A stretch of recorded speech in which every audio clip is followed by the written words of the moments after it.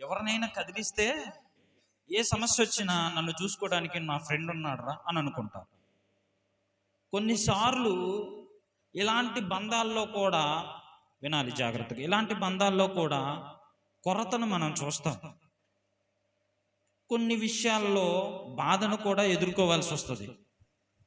స్నేహ బంధం కూడా, ఇప్పుడు అన్ని బంధాలన్నిటికంటే కూడా ప్రేమ బంధం, స్నేహ బంధం, ఇంకా భార్యాభర్తల బంధం, అన్నదమ్ముల బంధం, తల్లిదండ్రుల బంధం, ఈ బంధాలన్నిటికంటే కూడా ఈ రోజుల్లో మనిషి ఎక్కువ ప్రాధాన్యత ఇస్తుంది స్నేహ బంధానికి. ఒక వ్యక్తి తను ప్రయోజనకరమైన వ్యక్తిగా ఉండాలి అన్నా కూడా స్నేహితులతో, తిరిగే స్నేహితులతో కూడా ప్రవర్తన ఎలాంటిదో కూడా తెలుసుకోవచ్చు. వీరు ప్రయోజకులు అవ్వాలి అంటే బాగా తాగుబోతులతో, బాగా విగ్రహారాధికులతో, బాగా తిరుగుబోతులతో, వ్యభిచారంకి అలవాటు పడిన వారితో, బూతులు మాట్లాడే వాళ్ళతో పిల్లలు సహవాసం నేర్చుకున్నారనుకో, పిల్లలు ఎలా ఉంటారు? ఇప్పుడు మన ముందు మంచివారిగా అనిపించినా కానీ ఏదో ఒక రోజున వారితో చేసిన బంధాన్ని, స్నేహ బంధంలో ఉన్న విషయాలు ఏదో ఒక రోజున బయటపడతాయి. కాబట్టి అందుకనే యాకోబు రాసిన పత్రికలో అంటారు కదా, ఈ లోకముతో స్నేహము, దేవునితో, ఈ లోకముతో స్నేహము దేవునితో వైరమని మీరు ఎరగరా అని ఉంటది.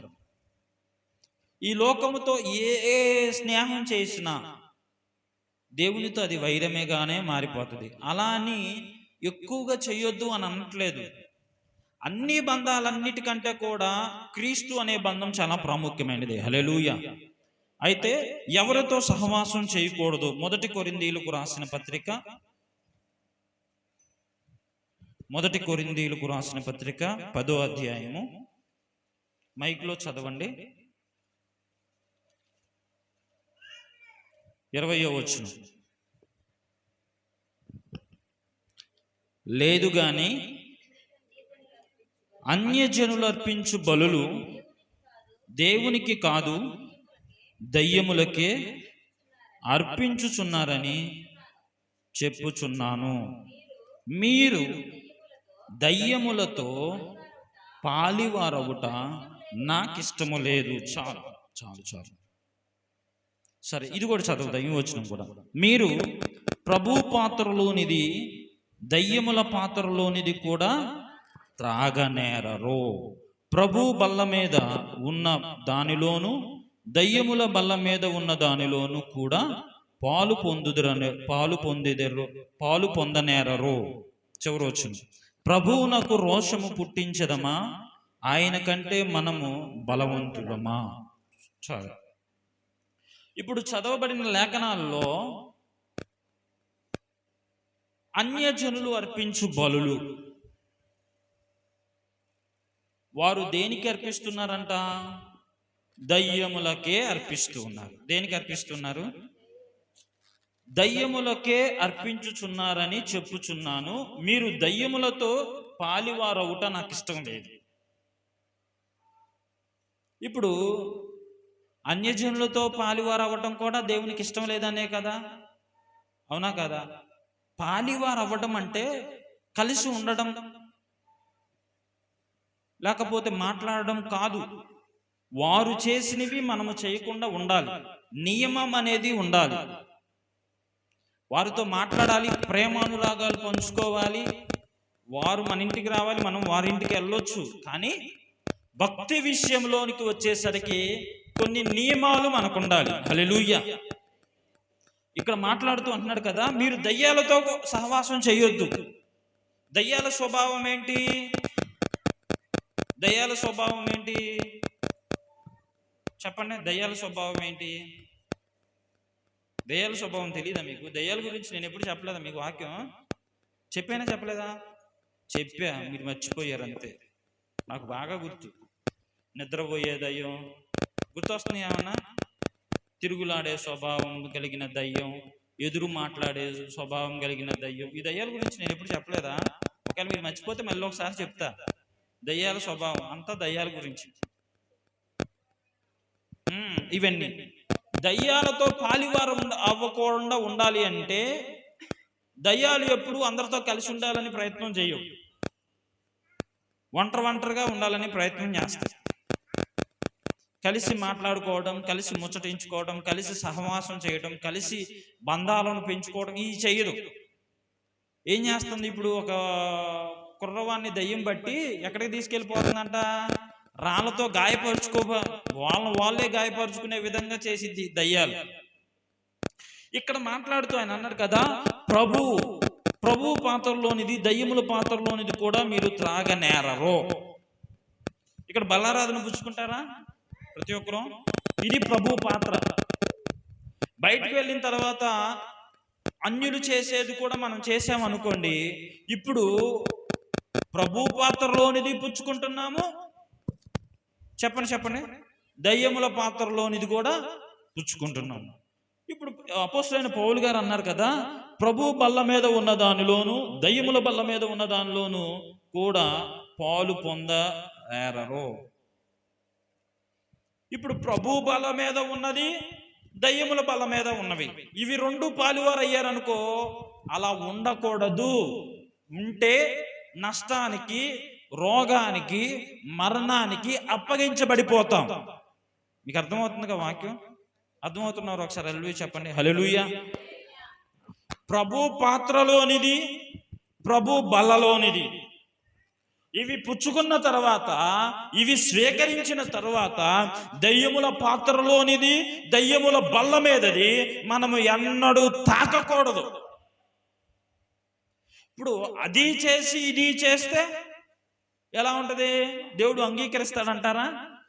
అన్యుల వలె ఉంటూ, మళ్ళీ ఆదివారం భక్తుల్లాగా ఉంటూ, అన్యుల వలె జీవిస్తూ, అన్యుల వలె మాట్లాడుతూ, అన్యుల వలె ప్రవర్తిస్తూ, అన్యుల వలెనే మనము మన జీవనాన్ని నడిపిస్తూ ఉంటూ, మళ్ళీ ఆదివారం వచ్చేసరికి ప్రార్థనకు వస్తే ఏమంటారు?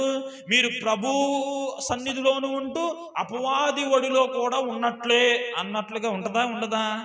కాబట్టి మనము ఏదైనా కానీ ఒక్కదాన్ని మనం స్వీకరించాలి, ఒక్క పడవనే మనం ఆశ్రయించాలి. ఉంటే సత్యము కొరకు మరణించే వరకైనా, సత్యము కొరకు చిత్రహింసలు పడడానికైనా సంసిద్ధము కలిగి ఉండాలి, లేకపోతే లోకానుసారంగా అయినా జీవించాలి. అంతేగానే సగం లోకం సగం భక్తి అన్నట్లుగా జీవిస్తే మన జీవితాల్లో ఆశీర్వాదాన్ని మనం చూడలేము, మన జీవితాల్లో మేలును మనము చూడలేము, దైవ ప్రత్యక్షతను మనము పొందుకోలేము, దేవుని మహిమను మనం పొందుకోలేము, ఆయన దీవెనలు మనము అనుభవించలేము. ఇంకా మన కుటుంబాలు ఎక్కడ వేసిన గొంగల వలె అక్కడే ఉన్నాయి అని అంటే మనము లోకానుసారంగా జీవిస్తున్నాము, ఇటువైపు దైవానుసారంగాను జీవిస్తున్నాము. ఉంటే వెచ్చగానైనా ఉండాలి, లేకపోతే నిలువెచ్చని స్థితిలోనైనా ఉండాలి. కానీ ఉంటే వెచ్చగైనా ఉండాలి, లేకపోతే చల్లగానైనా ఉండాలి. నిలువెచ్చని స్థితిలో ఉంటే ఏమంటారు? ఉమ్మివేయబడతారు. హల్లెలూయా. ఎంతమందికి ఈ మాట ఇష్టంగా ఉంది? ఉంటే వెచ్చగైనా ఉంటాను, లేకపోతే చల్లగానైనా ఉంటాను. నిలువెచ్చని స్థితిలో ఉంటే అటు లోకానుసారంగా ఉండలేవు, ఇటు దైవానుసారంగా ఉండలేవు. ఒక సమర్పణ కలిగిన జీవితాన్ని మనము జీవించాలి. దయ్యములతో సహవాసమును చెయ్యకూడదు. దయ్యము వంటి స్వభావాలు, కొట్టుకునే స్వభావం ఎవరిదే? మనుషులదా? దయ్యాలదా? దయ్యాలదా. తిట్టుకునే స్వభావం, బూతులు మాట్లాడే స్వభావం, అరుచుకునే స్వభావం, ఇతరులను మోసం చేయాలన్న స్వభావం, చెప్పాలి అందరూ మాట్లాడాలి. ఇతరులను మోసం చేయాలన్న స్వభావం, కుటుంబాన్ని పాడు చేయాలన్న స్వభావం, ఇవన్నీ స్వభావాలు దయ్యాలవే. ఇప్పుడు దయ్యాల వంటి స్వభావం కలిగిన వారితో పాలి కలిగి ఉండకూడదు, వారితో సహవాసం చేయకూడదు. అసలు దయ్యంతో సహవాసం చేయకుండా ఉంటే ఇవన్నీ దూరం అవుతాయా? అవ్వవా? దేవునికి స్థానము మన హృదయాల్లో ఇస్తే అపవాది మనల్ని తాకలేడు. ఆమెను కూడా ఎవరు చెప్పట్లా. దేవునికి మన హృదయంలో స్థానాన్ని ఇస్తే అపవాది మనలను, మన కుటుంబాలను తాకనేరదు. తాకలేదు అంతే. అంత దమ్ముండదు అపవాదికి. ఎందుకంటే మనము దైవాత్మతో నింపబడుతూ ఉన్నాం. హల్లెలూయా. దేవుని పరిశుద్ధాత్మ శక్తితో మనం నింపబడుతూ ఉన్నాం. దేవుని కృపతో నింపబడుతూ ఉన్నాం. ఆయన రక్షణలో ఉన్నాం. ఆయన కాపుదలలో ఉన్నాం. ఆయన సంరక్షణలో దాచబడుతూ ఉన్నాం. యెహోవా నీ పర్ణశాలలో నన్ను దాచుము అని దావీదు భక్తుడు అన్నట్లుగా ఆయన పర్ణశాలలో, ఆయన గుడారంలో అతిథిగా మనం ఉండిపోతాం. హల్లెలూయా. ఇప్పుడు దయ్యాలతో మనకి పాలుంటాయి అంటారా? ఉంటే దైవికంగా నిక్కార్సైన భక్తే చెయ్యాలి, లేకపోతే భక్తిని వదిలిపెట్టేయండి. అంతేగాని సగం భక్తి సగం లోకం అన్నట్లుగా జీవిస్తే మా కుటుంబాలు ఆశీర్వదింపబడట్లేదు, మా కుటుంబాల్లో నెమ్మది కలగట్లేదు, మా కుటుంబాల్లో మేము మేలులు చూడలేకపోతున్నాం అని చెప్పటం అది సామాన్యమైన మాట కాదు. మీరు దేవునికి లెక్కప్ప చెప్పాలి. ఎందుకు మేలు పొందుకోవటం లేదు, ఎందుకు ఆశీర్వదించబడట్లేదు అని అంటే దైవికముగా భక్తితో మనము సరైన భక్తి విధానంలో నడుచుకోవటం లేదు. కాబట్టే ఒక్క వ్యక్తి ద్వారా వినండి, పోయిన వారం విన్నాం కదా, అబ్రహాము ద్వారా ఎవరిని జ్ఞాపకం చేసుకున్నాడు దేవుడు? లోతును జ్ఞాపకం చేసు. నీ భక్తి సరైనదైతే నిన్ను బట్టి నీ కుటుంబాన్ని జ్ఞాపకం చేసుకుంటాడు ఆయన. అపాయాల్లో ఉన్నప్పుడు, దురాత్మలో ఉన్నప్పుడు, దుష్టశక్తులు ఆ బిడ్డ పైన పనిచేసినప్పుడు నీ ప్రార్థనే వారికి కవచంగా నిలబడుతుంది. నమ్మిన వారు ఒకసారి బిగ్గరగా హల్లెలూయా. రెండవదిగా చూడండి, ఇదే కొరింథీయులకు రాసిన పత్రిక మొదటి పత్రికలోని 6వ అధ్యాయము 4వ వచనం. కాబట్టి ఈ జీవన సంబంధమైన వ్యాజ్యములు మీకు కలిగిన ఎడల వాటిని తీర్చుటకు సంఘములో తృణీకరింపబడిన వారిని కూర్చుండబెట్టుదురా. అమ్మా ఏనండి అమ్మా, ఇది కొంచెం కొత్త సబ్జెక్ట్ లాగా ఉంటది, కొంచెం కటువుగా ఉంటాయి, కానీ దేవుని ఆశీర్వాదాలు మెండుగా మన పైన వస్తాయి. హల్లెలూయా. ఇక్కడ మనకి ఏదన్నా భేదాలేమన్నా వ్యాజ్యాలేమన్నా కలిగినాయి అనుకో, మన కుటుంబాల్లో కానీ కలగకుండా ఉంటాయి అంటారా? భార్య భర్తలకు కానీ, అన్నదమ్ములు కానీ, అమ్మ కూతురికి కానీ, అమ్మ కొడుకులు కానీ వ్యాజ్యాలు కలగకుండా ఉంటాయా? వ్యాజ్యాలు కలిగినప్పుడు అంటే గొడవలైనప్పుడు మీరేం చేస్తున్నారు అంట? ఈ జీవన సంబంధమైన సంగతులను గూర్చి 4వ వచనం కదా, మీకు కలిగిన ఎడల వాటిని తీర్చుటకు సంఘంలో తృణీకరింపబడిన వారిని కూర్చుండబెట్టుదురా అని ప్రశ్నిస్తున్నాడు. కుటుంబాల్లో వ్యాజ్యము కలిగినప్పుడు వినాలి జాగ్రత్తగా. సంఘాల్లో వ్యాజ్యాలు కలిగినప్పుడు,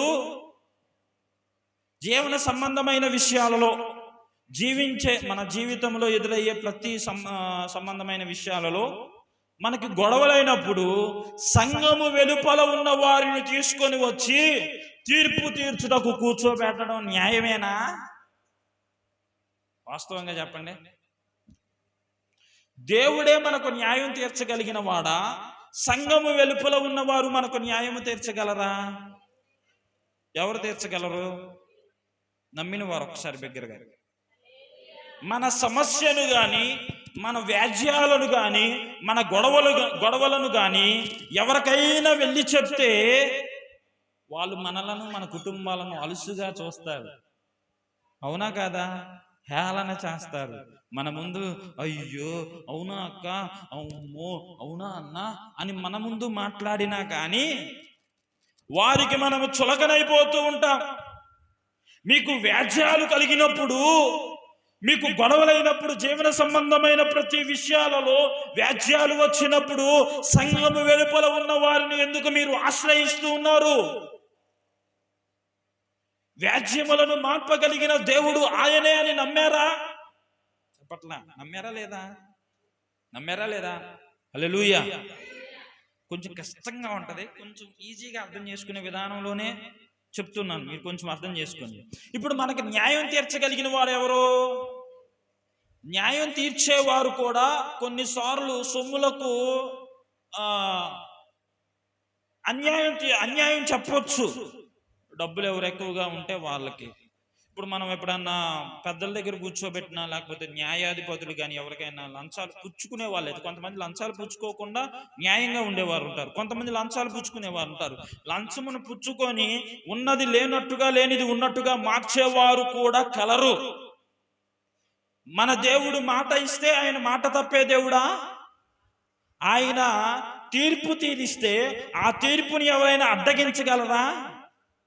ఇప్పుడు ఒకవేళ అన్యజనులు మనకు అన్యాయమైన తీర్పు తీర్చారు అనుకోండి, మనమే అన్యజనులకి అన్యాయపు తీర్పు తీర్చామనుకోండి, దేవుడు మనకి వాటిల్లో నుండి లెక్క తోస్తాడా తూయడా?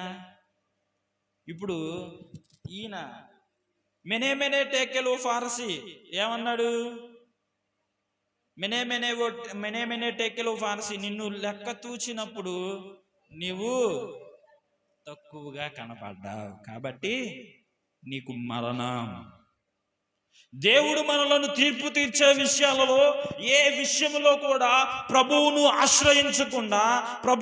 ఆశ్రయించకుండా లోకాన్ని ఆశ్రయించే వారిగా ఉంటే మనము తక్కువ వారం అయిపోతూ ఉంటాం. హల్లెలూయా.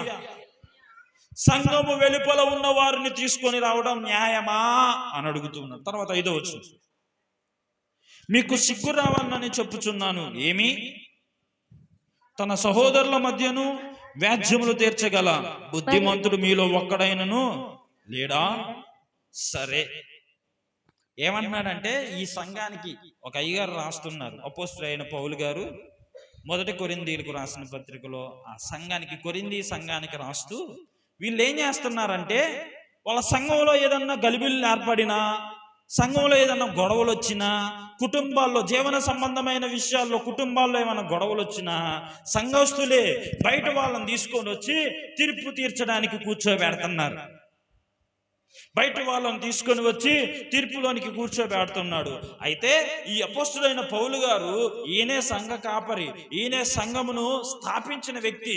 ఆయన సంఘమును స్థాపించి సంఘమును కావలిగా కాస్తూ జైల్లో ఉండి ఈ ఉత్తరాన్ని రాస్తూ అంటున్నాడు కదా, ఇదిగో మీకున్నారు కదా సహోదరీలు, అన్నదమ్ముల్లోనైనను అక్కజెల్లెల్లోనైనను మీకు న్యాయము తీర్చగలిగిన ఒక్కరు కూడా మీ సంఘంలో లేరా?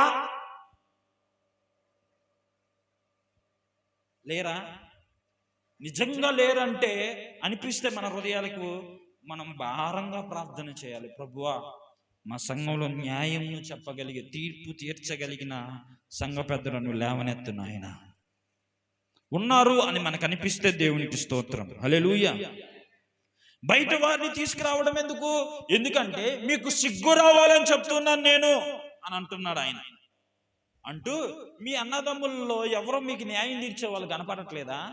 ఎందుకని మిమ్మల్ని మీరు అన్యజనులకు చులకనగా చేసుకుంటున్నారు? మీ ఇంట్లో మీ పర్సనల్గా జరిగే విషయాలు, మీ కుటుంబానికి సంబంధించిన విషయాలను బజార్లో ఎందుకు పెడుతున్నారు? ఈ మాట అనడం కరెక్టా కాదా? బయట వాళ్ళకి పెట్టడం న్యాయమేనా? మన కుటుంబ సమస్యలు, ఏదైనా సమస్య వస్తే కుటుంబాల్లోనే కానీ సంఘంలో కానీ సంఘము వెలుపల ఉన్న వారిని తీసుకొని వచ్చి మాకు న్యాయం చేయనడం తప్పు.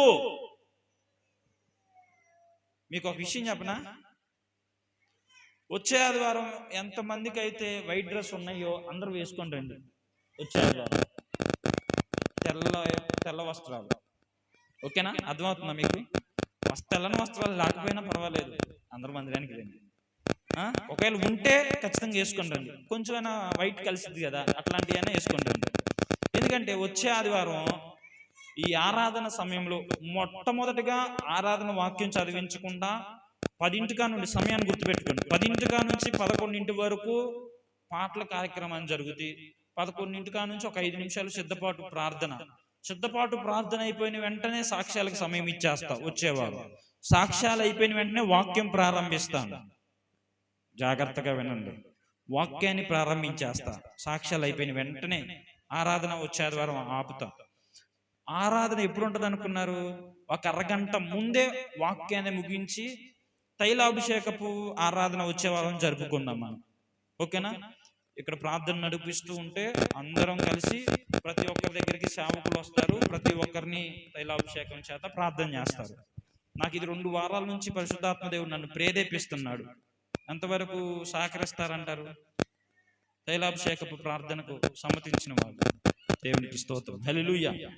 అయితే మీరు సంఘము వెలుపల ఉన్న వారిని తీసుకొని వచ్చి న్యాయం తీర్చాలని అడగొద్దు. మీకు ఇందాక చెప్పాను, న్యాయం తీర్చగలిగిన దేవుడు ఎవరు మనకి? ఆయన మాత్రమే. హల్లెలూయా. 6వ వచనం, అయితే సహోదరుడు సహోదరుని మీద వ్యాజ్యమాడుచున్నాడు, మరి అవిశ్వాసుల ఎదుటనే వ్యాజ్యమాడుచున్నాడు. చాలు. అన్నదమ్ములు సంఘములో ఉన్న విశ్వాసులైనా కానీ ఎక్కడ గొడవలాడుతున్నారంట? ఎక్కడ గొడవలాడుతున్నారు? విన్నారా? వినలేదా?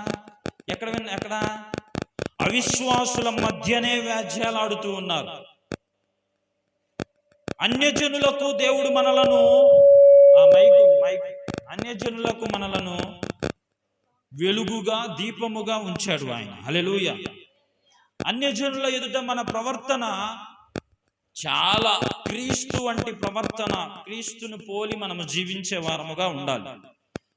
అన్నదమ్ముల వ్యాజ్యాలు వచ్చినా, సంఘములో వ్యాజ్యాలు వచ్చినా, అన్యజనుల మధ్య వ్యాజ్యాలు ఆడుకోవడం అది న్యాయం కాదు. న్యాయమా కాదా?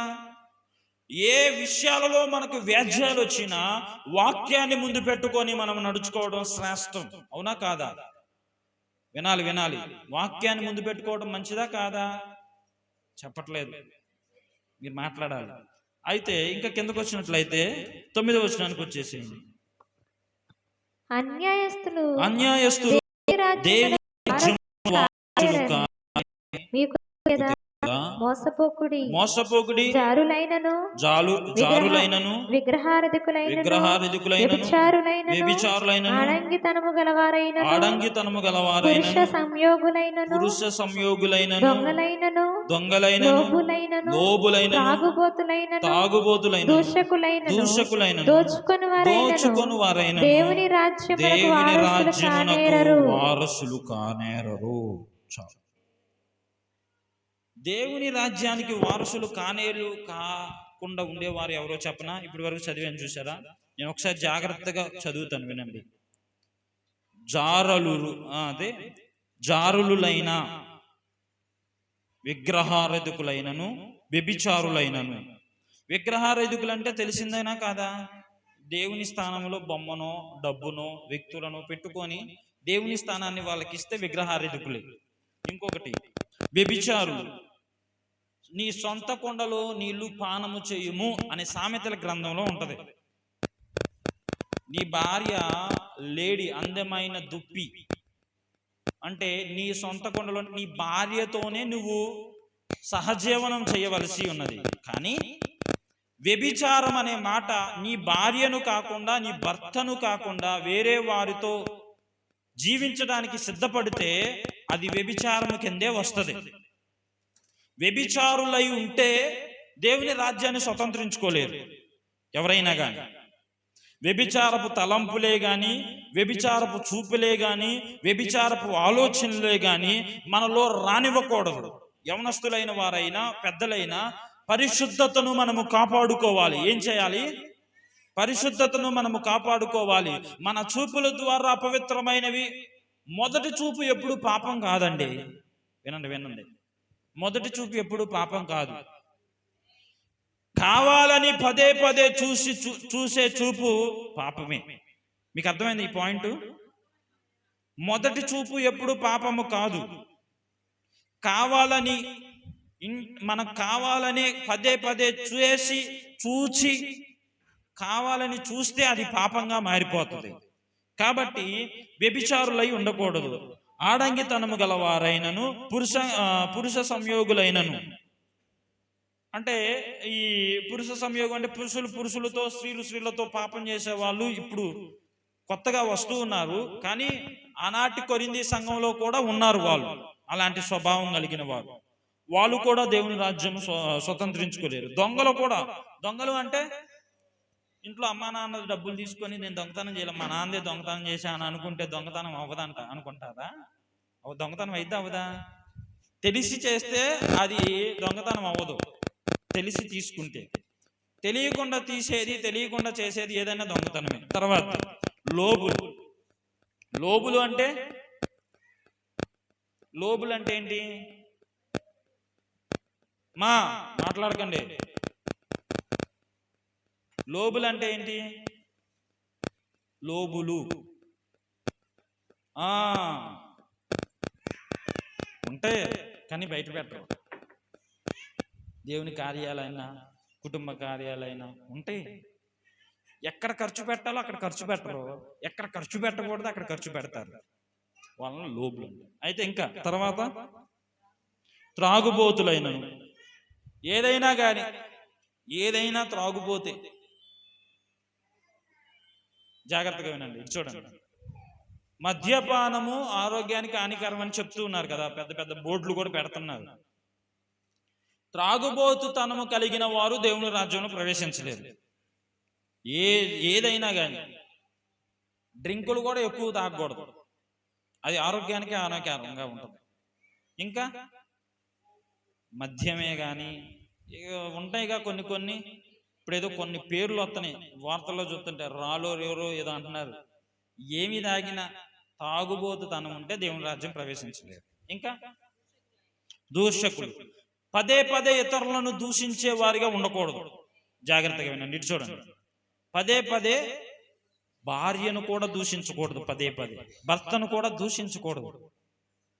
భార్య విలువ ఎప్పుడు తెలిసిద్ది అనుకున్నారు? భార్య గుణం ఎప్పుడు బయటపడిద్ది అనుకున్నారు? భర్త దగ్గర అసలు డబ్బులే లేనప్పుడు, ఇంటి నిండా అప్పులకు ఉన్నప్పుడు భార్య గుణం బయటపడిద్ది అంటారు పెద్దలనే మాటే. ఎందుకని? ఆ సమయంలో నిలదొక్కుని భర్తను ధైర్యపరిచి కుటుంబాన్ని నడిపించగలిగే శక్తి సామర్థ్యాలు కుటుంబంలో భార్యకు ఉండాలి, భర్తకు ఉండాలి. కావాలని అప్పు చేశారనుకో, అది తప్పు మనదే అవుతుంది. మనం చేసినా భర్త చేసినా ఎవరు చేసినా తప్పే.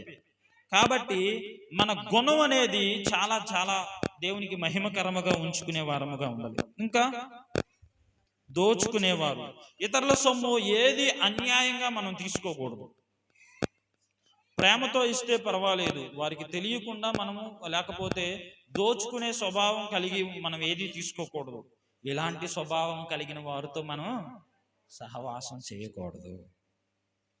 ఓకేనా? మూడోది కీర్తన గ్రంథం 50వ అధ్యాయం 18వ వచనం.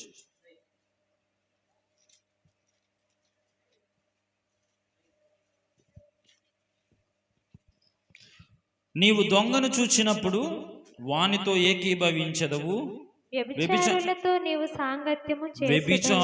నీవు సాంగత్యము చేసెదవు. చాలు. ఇంకొకటి మూడో పాయింట్గా వినండి జాగ్రత్తగా. మూడో పాయింట్గా ఎవరితో సహవాసం చేయకూడదంట మనం? దొంగలతో. ఎవరితో చెప్పండి? దొంగలతో. ఏ దొంగలైనా, పిన్నీసు దొంగతనమైనా దొంగతనమే. దొంగతనం అంటారా కాదంటారా? పిన్నీసు దొంగతనం అది అని అంటారు. బంగారం దొంగలించిన దొంగతనమే. కాకపోతే పేర్లు మారతాయి, దొంగతనం అనేది మారదు.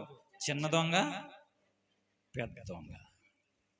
దొంగ అనేది మారిందంటారా ఏమన్నా? చిన్న పెద్ద అని ఎవరు పెట్టుకున్నారు? ఎవరు పెట్టింది చిన్న పెద్ద అని? మనమే పెట్టుకుంటున్నాం. చిన్న పనేగా, చిన్న తప్పేగా, చిన్న మాటేగా, చిన్న పనేగా, చిన్న క్రియలేగా అని మనం పేర్లు పెట్టుకుంటున్నాం. దేవుని దృష్టిలో ఏదైనా ఒకటే. దేవుడు తెలిసి చేస్తే ఖచ్చితంగా దేవుడు మనలను తీర్పులోనికి తీసుకొస్తాడు. తెలిసి చేస్తే. ఈ పాట పాడినా ఉపయోగం లేదు. తెలిసి చేసి తిని పాడు. ఎన్నెన్నో పాపములు తరచి పాడండి. తరగవు మా దోషములు. తెలిసి చేసి తిని ఎన్నెన్నో పాపములు తరచి చూచిన తరగవు నా దోషములు. చాలు. తెలిసి ఎవరు చేయమన్నారు అసలు? తరచి కూడా చూశాడంట. అది చేస్తే మరి తప్ప కాదా? పాపమా కాదా? తెలిసి చేస్తే ఏదైనా కానీ దేవుడు తీర్పులోనికి తీసుకొస్తాడు. జాగ్రత్త. ప్రతిదానికి మనం లెక్క అప్పచెప్పవలసిన వారమై ఉన్నాము. ప్రతి విషయం. దొంగను చూసినప్పుడు ఏకీభవించకూడదు. దొంగను చూసినప్పుడు, నాకు పెళ్ళైన కొత్తలో రాహేలమ్మ గారి ఇంటికి వెళ్ళాను నేను. ఇంటికి వెళ్ళిన తర్వాత, అమ్మ మీరు బాధపడొద్దా, మీరు మనోళ్ళని చెబుతున్నానే, అప్పుడు జరిగిందే. ఇంటికి వెళ్ళిన తర్వాత నాతో అన్నారు వాళ్ళు. ఏమన్నారంటే, అయ్యా మరే ఎవరో ఏదో దొంగతనం చేశారంట, అయితే జాగ్రత్తగా ఆ దొంగతనం నా మీద వేసుకుంటే మాకు ఎంతో కొంత డబ్బులు ఇస్తారంట, మరి ఏం చేద్దామయ్యా? అడగటం రైటే, అడగటం రైటా కాదా? అడిగారు. నేను అన్నాను, అమ్మా పిల్లలుంది నీకు, ఆయనకి ఎవరు లేరు ఆయన చూసేవాళ్ళు అన్నానా లేదమ్మా? నేను ఆయనకి ఎవరు లేరు ఆయన చూడడానికి, నువ్వు వెళ్తే ఈ పిల్లలు పాడైపోతారు, కాబట్టి నీకు 1,00,000 రూపాయలు ఇచ్చినా కానీ నువ్వు అది ఒప్పుకోబాక, అది ఒప్పుకోబాక. దొంగలను చూసినప్పుడు నువ్వు ఏకీభవిస్తే నీవు దొంగవే అవుతావు, కానీ మంచివాడివి ఎలా అవుతావు? ఏకీభవించకూడదు. దొంగలు చూసినప్పుడు, దొంగతనం చేసినప్పుడు ఏం చేయాలి?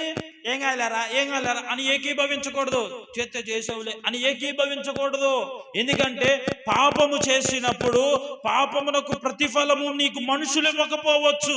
దేవుడు ఆకాశమందున్న చూస్తున్న దేవుడు ఖచ్చితంగా మనకు ప్రతిఫలం ఇస్తాడు. అవి మంచివైనా కానీ చెడ్డవైనా కానీ ఏకీభవించకూడదు. వ్యభిచారులు చూసినప్పుడు ఇంకేమనుంది తర్వాత? నీవు చదవరేంటి? వ్యభిచారులతో సాంగత్యం చేస్తావు. నేను వ్యభిచారం చేయట్లేదుగా, వాళ్ళతో స్నేహం చేస్తే తప్పేంటి? దుష్ట సాంగత్యము చెప్పట్లా మీరు? దుష్ట సాంగత్యము మంచి నడవని చెరుపుతుంది. ఏనండి జాగ్రత్తగా. వ్యభిచారులతో సహవాసం చేస్తే ఎప్పటికైనా వ్యభిచారులాగా మారిపోతారు. ఎందుకంటే ఆ స్నేహంలో ఉన్న కలిసిపోయి దుష్టుడు ఏదో ఒక విషయంలో మనల్ని కూడా భక్తిలో నుండి వాడు ప్రయత్నం అంతా కూడా అపవాది అంట. మీకు చాలాసార్లు చెప్పా, భక్తిహీనుల జోలికి వెళ్ళడో, భక్తిహీనుల జోలికి వెళ్ళి వాడి సామర్థ్యాన్ని వృధా చేసుకోడు దుష్టుడు, అపవాది. చాలా భక్తిపరుల మీదకే వాడు తంత్రాలను మంత్రాలను వాడి శక్తులను వదులుతాడు. దేవునికి స్తోత్రం. మనం శ్రమ అనుభవిస్తున్నామంటే దుష్టుని ప్రయోగం మన మీద ఉందని, వాటిని జయించుకునే శక్తి దేవుడు మనకిస్తున్నాడనే అర్థం. హల్లెలూయా. ఇప్పటి వరకు దుష్టుడు మనపై ఎన్నో బాణములు వదిలాడా? రోగం అనే బాణము, వ్యాధులనే బాణము, అప్పులనే బాణములు, లేకపోతే శ్రమలనే బాణములు, ఇబ్బందులనే బాణములు, అసమాధానం అనే బాణములు, ఎన్ని బాణాలు మన మీదకి వదిలినప్పటికీ ఆయన మనలను జయించే వారిగానే ఉంచాడు, కానీ పడిపోయేవారిగా ఉంచలేదు. ప్రభువుకి స్తోత్రం. దేవునికి మహిమ కలుగును గాక. ఎన్ని శ్రమలు వచ్చినా తట్టుకొని తాళుకొని నిలవబడిగే సామర్థ్యాన్ని దేవుడు మనకిస్తున్నాడు. కాబట్టే సజీవులుగా ఆయన సన్నిధిలో కూర్చోగలిగాం. వారితో సహవాసం చేయకూడదు, త్రాగుబోతులతో సహవాసం చేయకూడదు. ఇంకా సిగరెట్ తాగే వాళ్ళతో కానీ, జోదాలాడే వాళ్ళతో కానీ, పాన్పరాగులు తినే వారితో కానీ, గుట్కాలు నవిలే వాళ్ళతో కానీ, లేకపోతే కుటుంబాన్ని పాడు చేస్తూ భార్యను ఎక్కువగా ఇష్టపడాలి, అవునా కాదా? భర్త భార్యను ఎక్కువ ఇష్టపడాలా లేదా? భార్య భర్తను ఎక్కువగా ఇష్టపడాలి. ఇక్కడ ఆగుదాం. తల్లిదండ్రులు తమ సొంత పిల్లలను ఎక్కువగా ఇష్టపడాలి, అవునా కాదా? ఇష్టపడాలా ఇష్టపడకూడదా? ఇష్టపడతారా ఇష్టపడరా? ఇష్టపడతారు. అక్క మీకు మా అబ్బాయి అంటే ఇష్టమా, మీ అమ్మాయి అంటే ఇష్టమా? వాస్తవంగా చెప్పు. మీ అమ్మాయి అంటే ఇష్టం. అది పర్ఫెక్ట్ ఆన్సర్. అంతే, మొహమాటాలు ఉండకూడదు ఎవరి దగ్గర. వాళ్ళ అమ్మాయి అంటేనే ఆమెకి ఇష్టం. ఎందుకని? ఇప్పుడు పదే చదివేటప్పుడు ఎప్పుడైనా మార్కులు వచ్చినప్పుడు కానీ, ఉద్యోగాలు వచ్చినప్పుడు కానీ, లేకపోతే వాళ్ళు జీవించే వాళ్ళ ఉద్యోగాలను చూసి, వారి డబ్బులు చూసి, వారి అందసందాలను చూసి, అరే వాళ్ళని చూసి నేర్చుకోర్రా, వాళ్ళకు లాగా ఉండరా అని పిల్లల్ని అనకూడదు. నువ్వు ఎలా చదివించుకోగలవో అలా చదివించుకోవాలి. థామస్ అల్వా ఎడిసన్ అనే మనకు వెలుగునిచ్చారు. ట్యూబ్ లైటింగ్ కనుక్కున్న ఆయనే.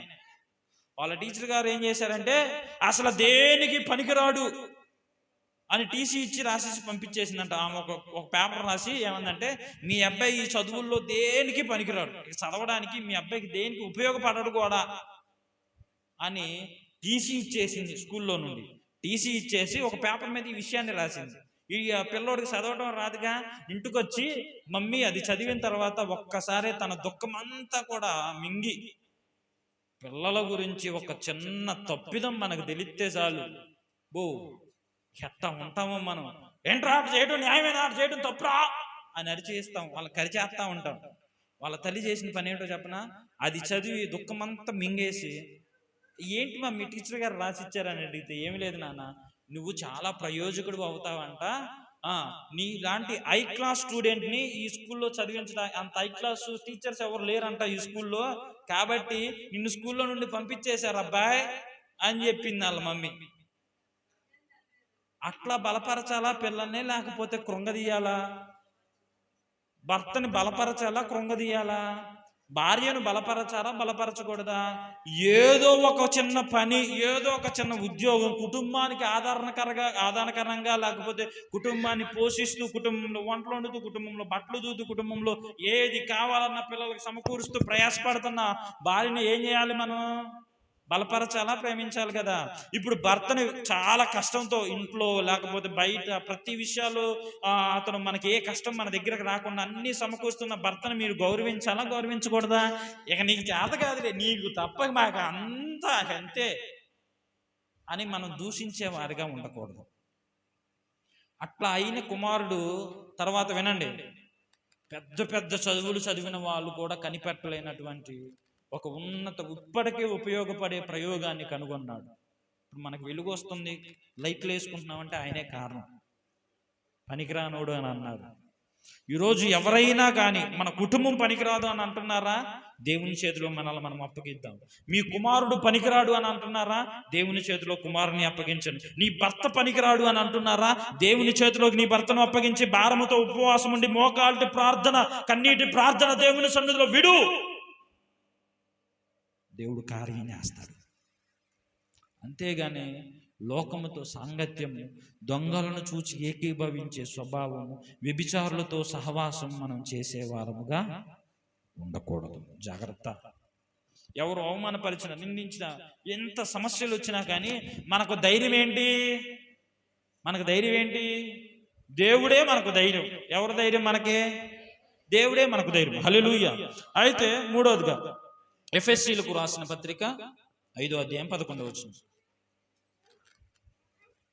ఎఫెసీయులకు రాసిన పత్రిక 5వ అధ్యాయము 11వ వచనం. నిష్ఫలమైన అంధకార క్రియలలో పాలివారై ఉండక వాటిని ఖండించుడి. చాలు. నిష్ఫలమైన, వినండి, ఏ ఫలం? నిష్ఫలం అంటే ఏంటి? పనికిరానిది, పాడైపోయినది, ఉపయోగపడనిది. ఇంకా చెప్పండి. హల్లెలూయా, హల్లెలూయా, బిగ్గరగా హల్లెలూయా. నిష్ఫలం అంటే ఏంటో చెప్పండి మీరు. చెప్పినవి కాదు, చెప్పని కొత్త ఏమన్నా ఉంటే చెప్పండి. వ్యర్థమైనది. ఇంకా సరే, ఉపయోగపడనిది, వ్యర్థమైపోయేవి. అయితే ఏంటి ఉపయోగం లేనిది? అంధకార క్రియలు. ఏంటి? పాపం చేసేటప్పుడు చాలా ఇష్టంగా పాపాన్ని మొదలు పెడతాం. ఇష్టంగా తప్పు చేసేటప్పుడు, బూతులు మాట్లాడేటప్పుడు, దొంగతనాలు చేసేటప్పుడు, వ్యభిచారం చేసేటప్పుడు చాలా ఇష్టంగా మొదలు పెడతారు. కానీ కట్లపాము కరిచినప్పుడు ఎట్లా ఉండిద్ది అంటారు? కట్లపాము మన మీద నుండి పాకుతుంది అనుకో, ఎట్లా ఉండిద్ది మనకి? మనల్ని దాటుకొని వెళ్ళిందండి, ఎట్లా ఉండిద్ది? అంత ఎఫెక్ట్ ఉండదు. మనకు తెలిసైతే చిచ్చి అనుకుంటాం. కాటేస్తే కాటేస్తే విషం, మనలో విషం ఉంటుంది. విషం కక్కుకొని సరైన వైద్యం చేయకపోతే విషం కక్కుకొని చనిపోతుంది. నేను హాస్పిటల్లో ఉన్నప్పుడు నా బెడ్ పక్కనే ఏదో పాము గరిసి వచ్చారు. 24 గంటలు నిద్రపోకూడదు వాళ్ళు, అంతే. సలాన్ లెక్కిస్తుంది. ఎన్ని గంటలు ఏంటి రాత్రి అంతా పడుకోలేదా అంటే పడుకోకూడదయ్యా. ఎందుకని? నిద్రపోతే అయిపోయినట్టే. ప్రాణం కాపాడుకోవడానికి నిద్ర మానేస్తున్నారు, భక్తిని కాపాడుకోవడానికి నిద్ర మానేస్తారు ఎవరైనా? ఇప్పుడు చచ్చిపోతావు డాక్టర్లు అని చెప్తే వినండి, నిద్ర మానేస్తున్నారా లేదా? మరి భక్తిని కాపాడుకోవడానికి, యథార్థతను కాపాడుకోవడానికి, నీతిని కాపాడుకోవడానికి, ప్రార్థనా జీవితాన్ని కాపాడుకోవడానికి నిద్ర వదులుకుంటారు ఎవరైనా? ఏంటి 9 దాటింది, 9:30 అయింది, 10 అయింది, 9:30కే ముగిస్తానన్నారుగా, ముగియలేదే అనే మనసు వస్తుందా రాదా? ముగించడం మా బాధ్యత. కానీ నిష్ఫలమైన అంధకార క్రియలకు మనము పాలివారై ఉండకూడదు. అంధకార క్రియలు ఏంటో కనుగొనాలి. అంధకార క్రియలు ఏంటో మనం తెలుసుకొని ఉండాలి. ఆహారం కోసం దేవుని సన్నిధిని విడిచిపెట్టడం కరెక్టేనంటారా? అది నిష్ఫలం, ఉపయోగపడదు. ఒకసారి తిన్నా వ్యర్థమైపోయింది ఏదో పూట.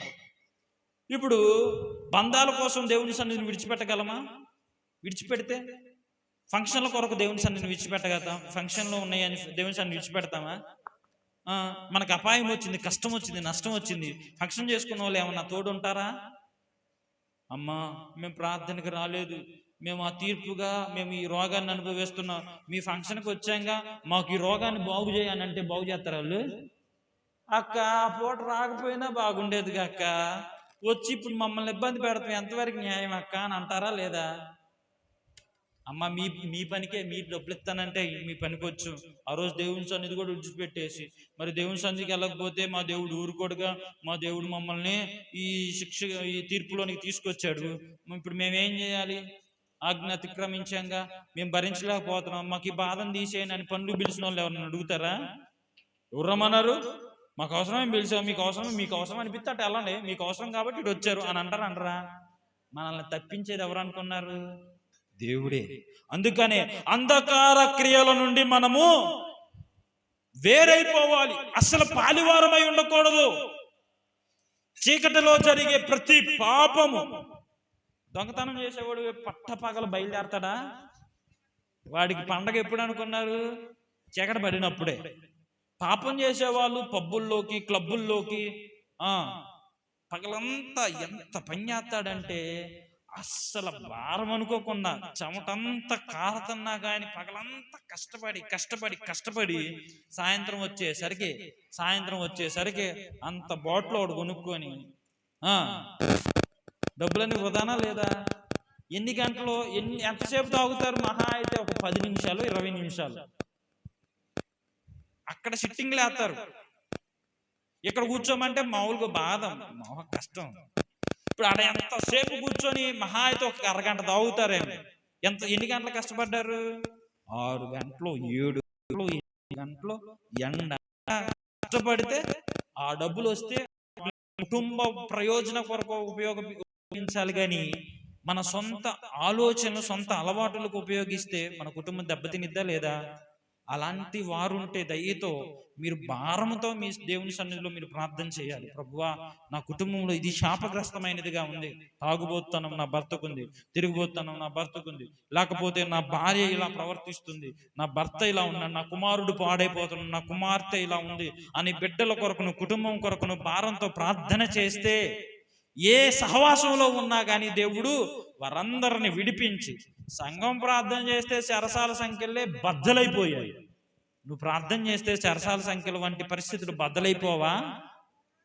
ఇనుము ఎక్కడైనా బద్దలైపోద్దా? ఇనుము ఊడిపోయిద్దా?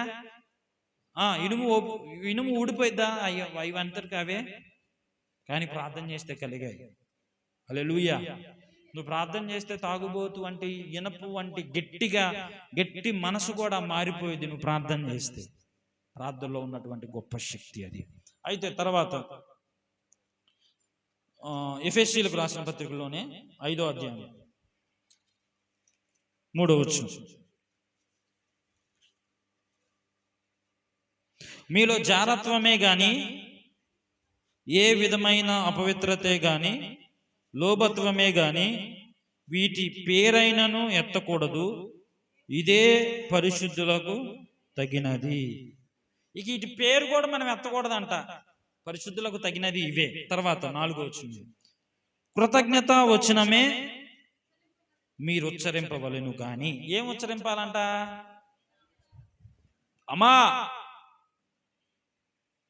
మీరు అప్పులు కట్టకపోతే మీ అంతు తేలుతాం రేపు అని అన్నారు అనుకో, వెంటనే కృతజ్ఞత వచనం వచ్చిద్దా అన్నమాట? దేవునికి స్తోత్రం స్తోత్రం అనే మాట వచ్చిద్దా? వస్తుందా? అసలు ఇక్కడ వాక్యంలో చెప్పబడింది ఏంటంటే కృతజ్ఞత వచనమే పలకాలంట. రోగం వచ్చినా కృతజ్ఞత వచనమే. హాస్పిటల్లో కానీ ఎవరైనా ప్రార్థన చేయమన్నప్పుడు కానీ నేను చేసే పని ఏంటనుకున్నారు? ఇదిగో వినండి, నమ్మకంగా ప్రార్థన చేస్తా ఒకటే. రెండోదిగా యేసు రక్తమే జయమనుకో, దేవుడు స్వస్థపరుస్తాడు. ఏ రక్తంలో నుంచి మనకు విజయం? ఏ రక్తంలో నుండి? యేసు రక్తమే. చెప్పాలి, యేసు రక్తమే, యేసు రక్తమే. అది ఆయన రక్తంలోనే జయం. ఈ కృతజ్ఞత వచనమే పలకాలి. ఇంకా ఒక మాట అంటూ, భూతులైనను పోకిరి మాటలైనను సరసోక్తులైనను ఉచ్చరింపకూడదు. సరసోక్తులు అంటే మనం మాట్లాడితే ఎదుటోళ్ళు నవ్వాలని మాట్లాడకూడదు. కుటుంబ సభ్యులతో కూడా సరసోక్తులుగా మాట్లాడకూడదు, ఎందుకంటే మనం ప్రత్యేకింపబడిన వారు. బూతులు మాట్లాడకూడదు, పోకిరి మాటలు మాట్లాడుకోకూడదు. ఏం మాట్లాడకూడదు? పోకిరి మాటలు మాట్లాడుకోకూడదు. ఇంకా వాటిని ఉచ్చరింపకూడదు, ఇవి మీకు తగవు. చివరి వచనం 5వ వచనం, వ్యభిచారులైనను అపవిత్రత అయినను విగ్రహారాధికుడైనను ఉన్న లోబి అయినను క్రీస్తు యొక్కయు దేవుని యొక్కయు రాజ్యమునకు హక్కుదారుడు కాడని సంగతి మీకు నిశ్చయముగా తెలియను. వినండి, క్రీస్తు యొక్క రాజ్యానికి హక్కుదారుడు కాడు. ఇందాకేమో వారసుడు కాడు, ఇప్పుడేమో హక్కుదారుడు కాదు. అసలు దేవుని రాజ్యానికి నీకు సంబంధమే లేదు. సరసోక్తులైనను భూతులైనను పోకిరి మాటలైనను నీ నోట వస్తే, మా బొడ్డోడు ఉన్నాడు ఏడ, అది పేరు తనీష్కిని ఒకసారి వీళ్ళందరూ కూర్చోబెట్టి, అంటే ఏం పేరు అది, అమ్మాయి లేదుగా, ఏదో అమ్మాయి పేరు పిలిచి ఐ లవ్ యూ అని అనమంటున్నారు. ఇక్కడ నుండి కేకేసే నేను, బొడ్డోడు లోపలికి పరిగెత్తాడు. సరసోక్తులు నేర్పిస్తున్నారా లేదా? వాస్తవంగా నేర్పిస్తున్నారా లేదా? తిట్టు కొడతానని చెప్పు, అవి మామూలు మంచి మాటలే. కొన్ని మాటలు మాట్లాడతారు, ఆ మాటలు మన నోట రాకూడదు. పిల్లలకు కూడా నేర్పించకూడదు. అలా నేర్పిస్తే వాళ్ళు దేవుని రాజ్యానికి హక్కుదారులు కానేరరు. మనము దేవుని రాజ్యానికి వారసులము కాము, దేవుని రాజ్యానికి హక్కుదారులము కానేరము. కొంచెం కష్టంగా ఉంటది, ఒక స్టోరీ లాగా చెప్పట్లేదుగా నేను, ఇవి కొంచెం వినడానికి కష్టంగా ఉంటది, అయినా మీకు తెలియజేయాలన్న నా ఆలోచన. తర్వాత వ్యర్థమైన వివాదాలు కూడా మనం పాలివారు అవ్వకూడదు. వ్యర్థమైన అనవసరమైన మాటలు కూడా మన నోట రాకూడదు. అవసరమైతేనే మాట్లాడాలి, అవసరమైతేనే మన మాట. సమయోచితమైన మాట ఏంటంట? సమయోచితంగా పలకబడిన మాట బంగారపు పల్ల వంటివి. బా, మధురమైన మాట మాట్లాడేవరా ఈ సమయంలో. నా హృదయాన్ని ఎంతో నెమ్మదినిచ్చింది. చాలా శ్రేష్టమైన మాట మాట్లాడేవమ్మా, శ్రేష్టమైన మాటలు మాట్లాడేవమ్మా అని భర్త నీతో అనాలి. శ్రేష్టమైన మాట మాట్లాడేవు మమ్మీ అని బిడ్డలు తల్లిదండ్రులతో అనాలి. అంతేగాన పద్దాకా ఏదో ఒకటి మాట్లాడతా వ్యర్థమైన మాటలు మాట్లాడి పిల్లల ముందు విలువ పోగొట్టుకోకూడదు. తల్లిదండ్రులుగా ఉన్నవారు విలువను కాపాడుకోవాలి. కాబట్టి వ్యర్థమైన మాటలు మాట్లాడుకొని దేవుని రాజ్యానికి హక్కుదారులుగా ఉండకుండా ఉండేవారుగా ఉండకూడదు. వ్యర్థమైన మాటలను విడిచిపెట్టాలి. అలాంటి వారితో సహవాసమే చేయకూడదు. చూడండి, తెస్సలోనికి రాసిన పత్రికలో రెఫరెన్స్ చెప్తాను, వినండి. నేను సమయం లేదు కాబట్టి నేను వివరిస్తాను. రెఫరెన్స్ రాసుకునే వాళ్ళు ఎవరైనా ఉంటే రాసుకోండి. తెస్సలోనికి రాసిన పత్రికలో 3వ అధ్యాయం 14వ వచనంలో ఉంటుంది, వాక్యానికి విరోధులుగా ఉండే వారితో మాట్లాడకూడదు, సహవాసం చేయకూడదు. ఈ రోజుల్లో బయలుదేరుతున్నారు. వినండి వినండి, దేవుని వాక్యంలో ద్వితీయోపదేశ కాండంలో ఉంటుంది కదా, నీ ఎదుట ఆశ్చర్య కార్యము చేసినా కానీ వాక్యానికి విరోధముగా ఉన్న వారితో సహవాసం చేయకూడదు. ఇదిగో స్వస్థత కలుగును గాక, నా పేరట అనేక మంది రోగాలను స్వస్థపరుస్తున్నాడు, అనేక మంది దయ్యాలను విడిపిస్తున్నారు, కానీ వారు నా రాజ్యానికి వారసుడు కానేరారు. ప్రభువా, నీ పేరట మేము దయ్యాలు వెళ్ళగొట్టలేదా? నీ పేరట మేము రోగులను స్వస్థపరచలేదా? నీ పేరట మేము మారు మనసు లేని వారికి మారు మనసును అనుగ్రహింపజేసే మాటలు మాట్లాడలేదా? జీవంగా మేము లేమా అని అంటే ప్రభువు వారు అంటారు కదా, మీరెవరో తెలియదు. ఏదైనా కానీ వాక్యానుసారముగానే ఉండాలి. వాక్యానుసారముగా, వాక్యమునకు విరోధముగా ఎవరు మనతో ఉన్నా కానీ, ఈ రోజుల్లో వస్తూ ఉన్నారు, చాలా జాగ్రత్తగా ఉండాలి మనం. ఈ రోజుల్లో కరపత్రికలు పంచుతూ ఉన్నారు వాక్యానికి విరోధముగా. నమ్మిన వారిని వెనుకకు లాగుటకు చాలా ప్రయత్నాలు జరుగుతూ ఉన్నాయి. కొంతమంది అయితే యెహోవాయే దేవుడు, కొంతమంది అయితే క్రీస్తే దేవుడు, కొంతమంది అయితే హోలీ స్పిరిట్ పరిశుద్ధాత్మదే మాత్రమే దేవుడు అనే వాళ్ళు వస్తున్నారు. అలానా భక్తి? వాక్యానుసారం ఏంటి? వాక్యానుసారం ఏంటి? ఆయన ఏకమై ఉన్నాడు, కాలమును బట్టి ఆయన ప్రత్యేకపరుచుకున్నాడు. పాత నిబంధన కాలంలో యెహోవా దేవుడిగా ప్రత్యక్షపరుచుకున్నాడు. క్రొత్త నిబంధనలో యేసు క్రీస్తుగా మన కొరకు వడంబడిక చేయడానికి క్రీస్తుగా ఆయన ఈ లోకానికి వచ్చాడు. ఇప్పుడు ఆయన పరలోకములో ఆరోహణమైనప్పుడు మనకు ఎలా కనపడుతున్నాడు? మన హృదయాల్లో పరిశుద్ధాత్మ దేవుడిగా మన మీదకు కుమ్మరింప చేయబడుతూ ఉన్నాడు. ఈ త్రిత్వమై ఉన్న దేవుడు మన దేవుడు. యెహోవా ఒక్కడే దేవుడు అనే వారితో సహవాసం చేయకూడదు. క్రీస్తు ఒక్కడే దేవుడు అనే వారితో సహవాసం చేయకూడదు. పరిశుద్ధాత్మ దేవుడు ఒక్కడే అనే వారితో సహవాసం చేయకూడదు. ఇక ఏమీ లేదు, చెప్పకూడదు. హోలీ స్పిరిట్, స్వస్థత, అనే వారితో కూడా సహవాసాలు చేయకూడదు. వాక్యానుసారంగా ఉండాలి. కొద్దిసేపు ఉజ్జీవంగా పాటలు పాడుకుంటూ, ఉజ్జీవంగా వాయిద్యాలు వాయిస్తూ ఉజ్జీవంగా ఉంటే ఆ ఉజ్జీవం ఏముండాలి? పాటలు పాడినంతసేపు ఉజ్జీవం ఉంటే సరిపోయిందా? జీవితంలో ఉజ్జీవం ఉండాలి. కానీ దేవుని సన్నిధిలో ఉన్నంతసేపు ఉంటే సరిపోయిందా? ఎక్కడుండాలి? జీవితం అంతము వరకు మనము ఆ పరిశుద్ధతను, ఆ పవిత్రతను, ఆ సమాధానమును, ఆ ప్రేమలను, క్రీస్తు అనే బంధమును మనము కాపాడుకోవాలి అంతము వరకు. ఒకసారి నాగటి మీద చెయ్యి వేసిన వాడు వెనుకకు చూడకూడదు. వెనుకకు చూస్తే నాకు పాత్రుడు కాదు. వెనుకకు చూస్తే పాత్రులము కాము మనం. ఉపయోగపడే పాత్రగా నన్ను వాడుకోదేవా అని ఎంతమంది ప్రార్థన చేస్తున్నారు? ఈ సంఘంలో నా పని ఇది అని ఎంతమంది బాధ్యతగా? సాపలేసే బాధ్యత ఎవరిదే? మామూలుగా సాపలేసే బాధ్యత ఎవరిదే? చెప్పండి అమ్మా, మనం కాబట్టి అడుగుతున్నాం. సాపలేసే బాధ్యత ఎవరిది? మందా కాదా? మందేనా కాదా? మందన బాకండి, మళ్ళీ నాదే అనండి. మందంటే అందరిలో గుంపుగా అయిపోయింది. నాదే అనండి. ఊడ్చే బాధ్యత ఎవరిది? అవునా కాదా? మరి ఎంతమంది బాధ్యత నిర్వర్తిస్తున్నారు? ఎందుకని మీరు సమయానికి రాలేకపోతున్నారు? ఎందుకని మీరు ఈ పరిచర్య చేయలేకపోతున్నారు? నిజం చెప్పనా, ఎంత పదవుల్లో ఉన్నా, ఎంత ఉద్యోగస్తులైనా, ఒక ఆమె ఇలానే ప్రతి ఆదివారం మందిరం ఊడవటం, మందిరం దొడవటం, మాప్ పెట్టడం, బాత్రూములు గడగటం. ఇప్పుడు మన మందిరానికి చాలా తక్కువ మంది కాబట్టి బాత్రూములు, అదే పెద్ద పెద్ద మందిరాల్లో బాత్రూములు ఉంటాయి. బాత్రూములు గడగటం, చిన్నపిల్లలు వెళ్తారు, పెద్దోళ్ళు వెళ్తారు, కొంతమంది నీట్గా ఉండే వాళ్ళు ఉంటారు, కొంచెం శుభ్రంగా ఉండని వాళ్ళు ఉంటారు. అందరూ ఎలా బాత్రూమ్స్ ఉన్నా శుభ్రంగా కడగడం, ప్రతిరోజు మందిరాన్ని మాప్ పెట్టడం, ప్రతి ఆదివారం సాపలేయడం, ఈ పరిచర్య చేస్తుంటే ఈమెను చూసి ఒక ఆయనకి బాగా జాలేసిందంట.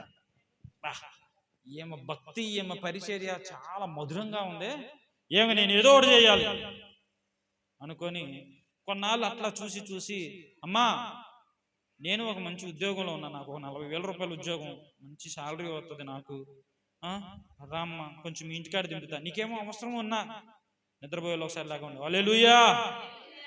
మీ పక్కన వాళ్ళని ఒకసారి పలకరించండి. మీ పక్కన వాళ్ళని ఒకసారి పలకరించండి. హల్లెలూయా. అయితే అమ్మా, మీకు ఏం అవసరం ఉన్నా నేనున్నా, నేను మీ అవసరం తీరుస్తా. కాబట్టి ఏ అవసరం ఉన్నా నాకు చెప్పండి, వినండి నాకు చెప్పండి అని చెప్పి ఆయన ఆమెతో మాట్లాడిన తర్వాత ఇద్దరు సరే కారు దగ్గరికి వెళ్తాం. ఆమె కూడా అంది ధ్యానంగా, అయ్యా నాకు కూడా ఒక చిన్న కారు ఉంది అయ్యా అన్నది. ఏమంది? నాకు కూడా ఒక చిన్న కారు ఉంది అయ్యా. అయితే ఆ కారు దగ్గరికి వెళ్తే వినండి, ఆమె చిన్న కారు, ఆమెదేమో పెద్ద కాస్ట్లీ కారు ఆమెది. ఈయనకి 40,000, దగ్గరికి ఆమెకు 5 లక్షలు వస్తాయి నెలకి. కానీ ఎట్లా దీనత్వంగా ఉంది, ఎట్లా దీనత్వంగా ఉంది? ఎంత డబ్బు ఉన్న దేవుని సన్నిధిలో మనం పరిచారకులమే, ఆయన శిష్యులమే.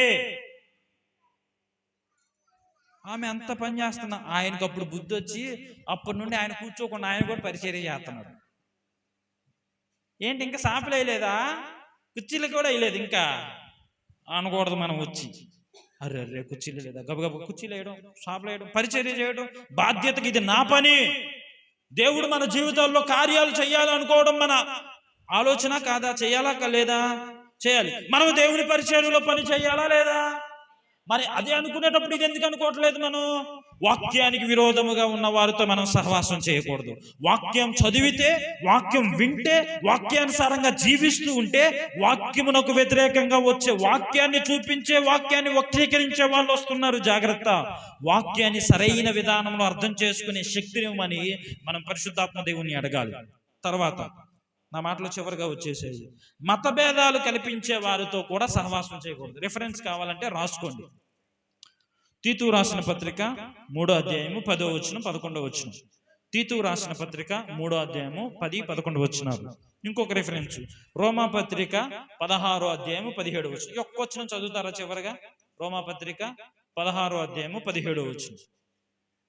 రోమా పత్రిక 16వ అధ్యాయము 17వ వచనం.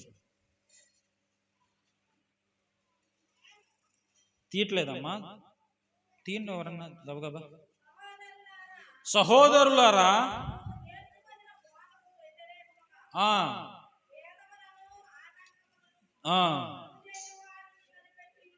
చాలు.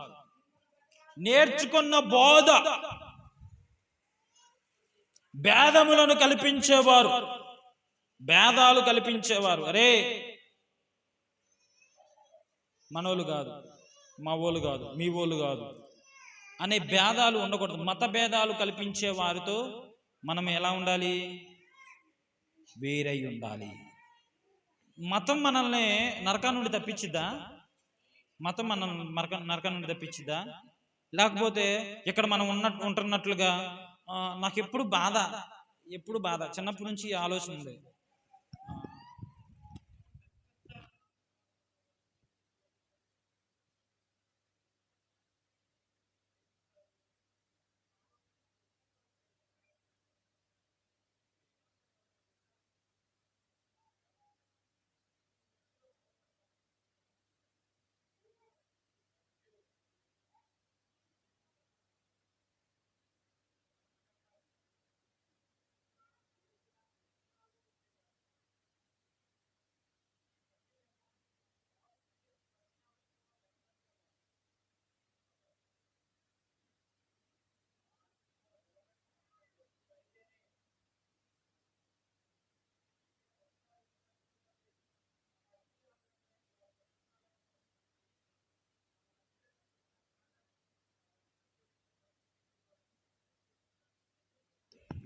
తాటాకులు కట్టుకొని నడవాలి పూర్వకాలంలో. ఎందుకని?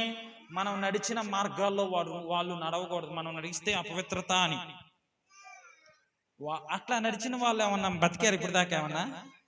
ఎవరన్నా బతికారా? మరణము ఎవరిని వదిలిపెట్టదు.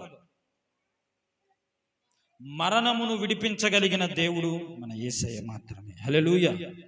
మరణానికే ఒక సవాలు విసిరాడు ఆయన.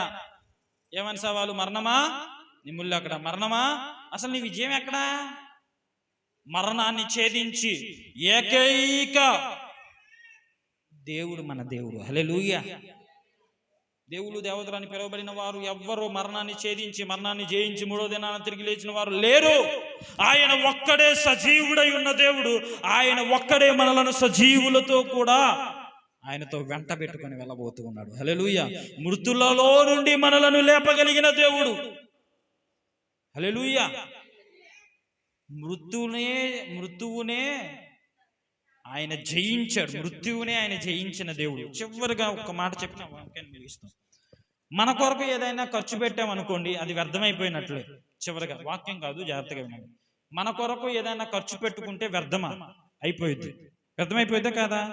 ఇప్పుడు మనం తినడానికి పోయిన వారంలో ఒక 1000 రూపాయలు ఖర్చు పెట్టామనుకోండి, ఆ 1000 రూపాయలు వ్యర్థమైపోయినట్లా లేకపోతే ఉపయోగపడినట్ట?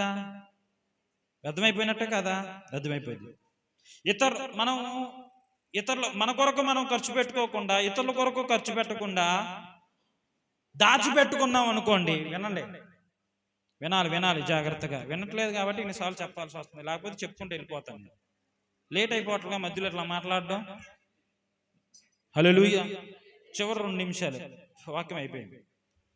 మనమే దాచుకున్నాం అనుకోండి, సొమ్ములు కానీ, బంగారం కానీ, వెండి కానీ, ఆస్తిపాస్తులు కానీ ఏవైనా దాచిపెట్టుకున్నాం అనుకోండి, అది ఇంకొకరికి విడిచిపెట్టి వెళ్ళిన వారమే. మనం తినం, ఎందుకంటే మనం దాచిపెట్టుకున్నాం. మన తర్వాత తరం వాళ్ళ కొరకు దాచిపెట్టిన వాళ్ళం. కానీ జాగ్రత్తగా వినండి, దేవుని కొరకు ఖర్చు పెడితే అది ఎప్పటికైనా మందే అవుతుంది. హల్లెలూయా. ఎప్పటికీ మారిపోని ధనం, ఎప్పటికీ చెదిరిపోని ధనం ఏదైనా ఉంది అంటే అది మనము దేవుని కొరకు ఖర్చు పెట్టినది మాత్రమే. ఇంకొక మాట, పిల్లలు లేక భార్యను లేకపోతే భర్త, కుటుంబాన్ని నువ్వు పట్టించుకోకుండా వదిలేస్తే, నువ్వు బాధ్యతలు తీసుకోకుండా వదిలేస్తే సాతాను వాళ్ళకి పాఠాలు నేర్పిస్తాడు. సాతాను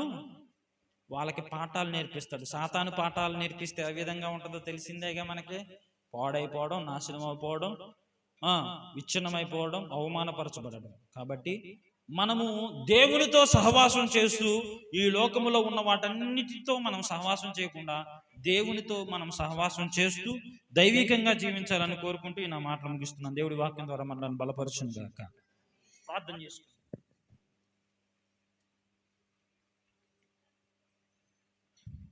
కొన్ని విషయాలు మనకు దేవుడు నేర్పించాడు కదా, కొంచెం కష్టమైనప్పటికీ వీటిని మనం అనుసరిస్తే దేవుడు ఖచ్చితంగా మన జీవితాల్లో కార్యాలు జరిగిస్తాడు. ప్రభువా, మేము దొంగలతో సహవాసం చేయకూడదు, వ్యభిచారులతో సహవాసం చేయకూడదు, లోబులతో సహవాసం చేయకూడదు, సరసోక్త మాటలు మన నోట రాకూడదు, పోకిరి మాటలు మన నోట రాకూడదు.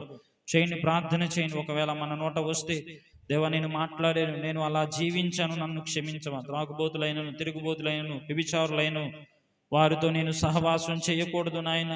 ప్రభు బలలో చేయి వేస్తూ దయ్యపు బలలో కూడా మేము కొన్ని పలుమార్లు చేయి వేసిన వారమే నాయన. దయతో మమ్మల్ని కనికరించవా. యేసయ్యా క్షమించండి దేవా. అయా నీ రక్తముతో కడగండి, పవిత్రపరచని. ప్రార్థన చేయండి, ఎవరు మౌనంగా ఉండొద్దు. ప్రార్థన చేయండి, దేవుని సన్నిధిలో క్షమాపణ అడగండి.